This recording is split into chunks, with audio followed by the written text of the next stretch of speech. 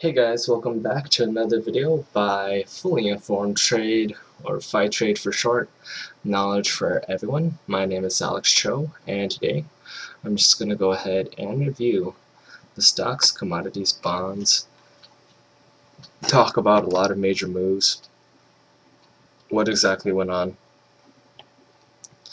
Tuesday, and give you guys a basic idea of what's going to happen on Wednesday as well. So let's go ahead and review the facts.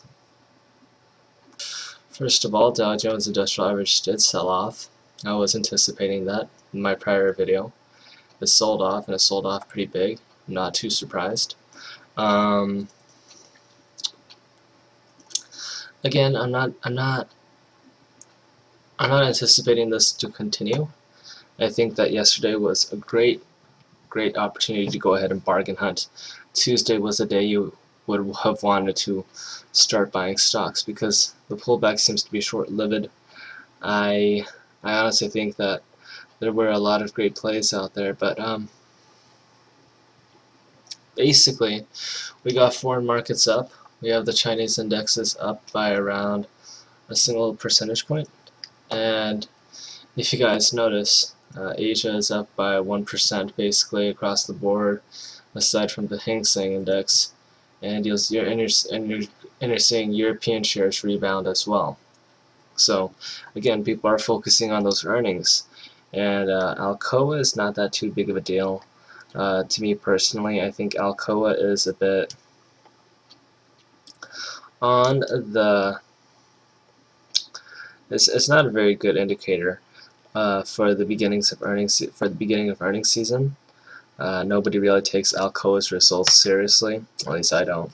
They always seem to perform awfully. It doesn't matter when or how. Lumina Maker just does a poor job of surprising analysts.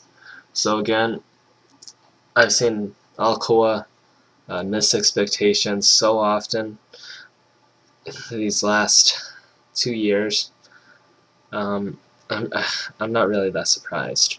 Okay, so again, most of Wall Street doesn't really take Alcoa's earnings very seriously. They take it for a grain of salt. It doesn't really mean much to them in front of all the other companies that they're waiting to hear from. Now, the main reason why stocks fell so drastically was basically because the dollar index did inch up higher in the overnight session. And also, another main reason was because of the collapse of crude oil.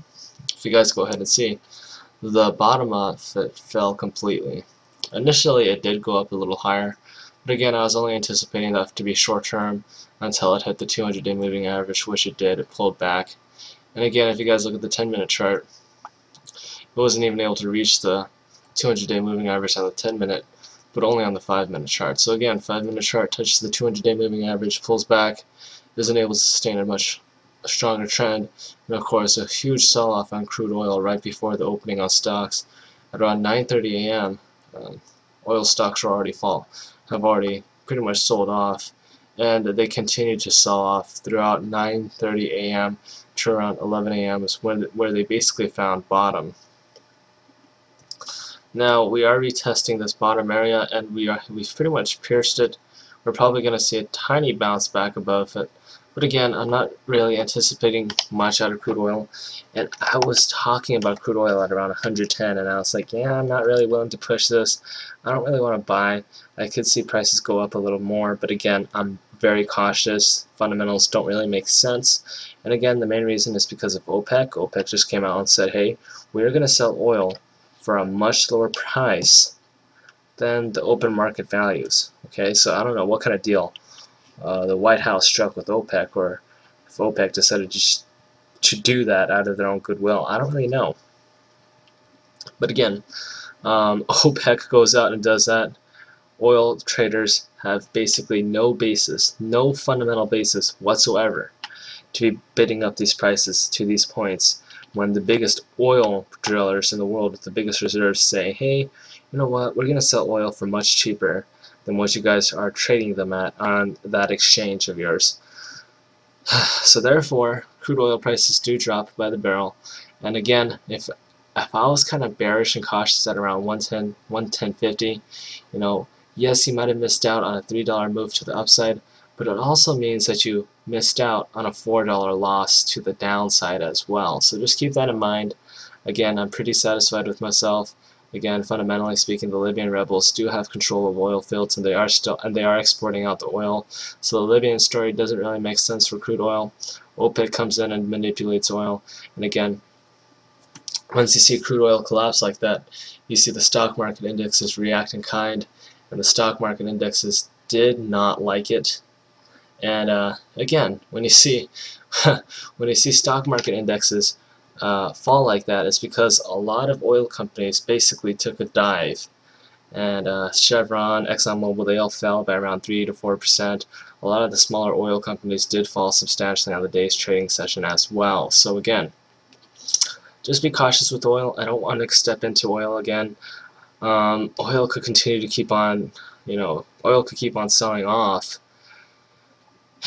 And because of that, I don't want to approach oil stocks even if stocks go up in value. So the sector I want you guys to avoid tomorrow and probably the rest of this week are oil companies.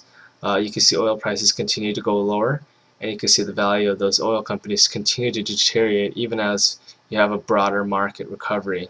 Okay, now moving on, let's go ahead and review the dollar index. Dollar index does trade right below this trend line, and again, the downtrend is in motion. You see lower lows, lower highs, and again, I anticipate this low to be broken and continue to go lower down into this area.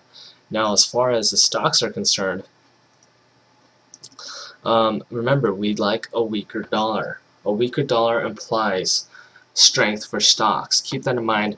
Whenever you see a weak dollar, you want to be long the stock market. That's the bottom line, guys. And again, I was basically recommending you guys and telling you guys that, hey, I think the dollar index is going to weaken throughout the day.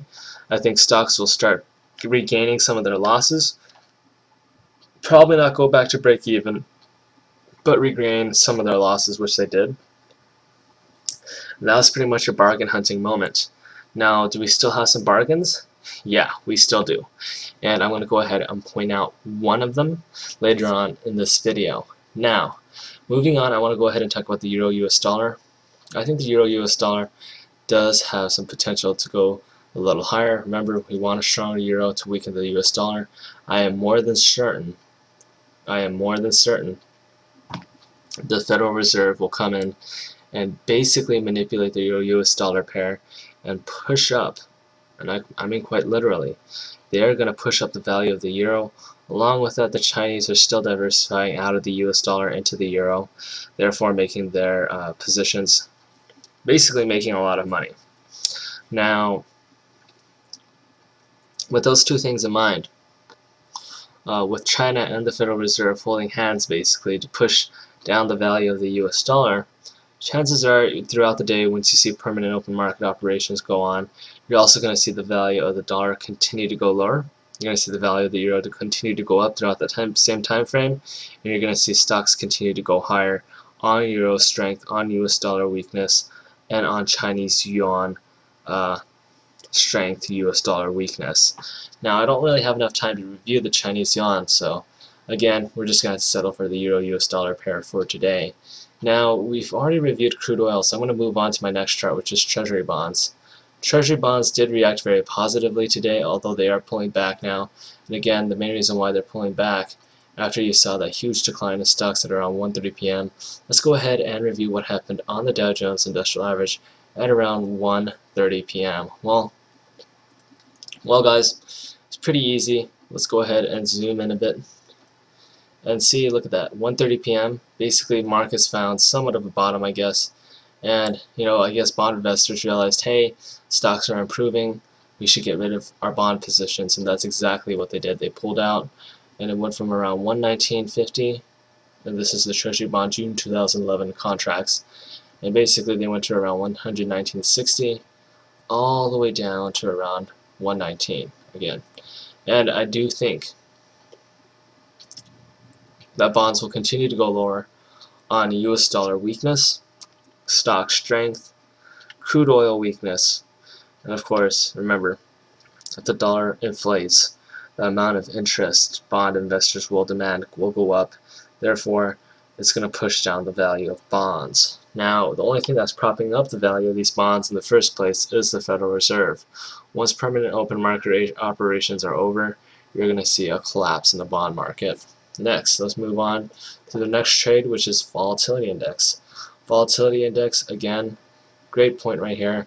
It did break my area of target, which is going to be 29.20. It used this trend line right here as support. It pushed off of it after having a minor pullback, and it went all the way into the 29.50 area. Now, I was pretty bullish. I anticipated a break at least above this trend line into $29. It hit $29 and it kept going higher. But then again, I mentioned midday that the stock indexes would recover some of their losses, and immediately after that, you saw the volatility index continue going lower.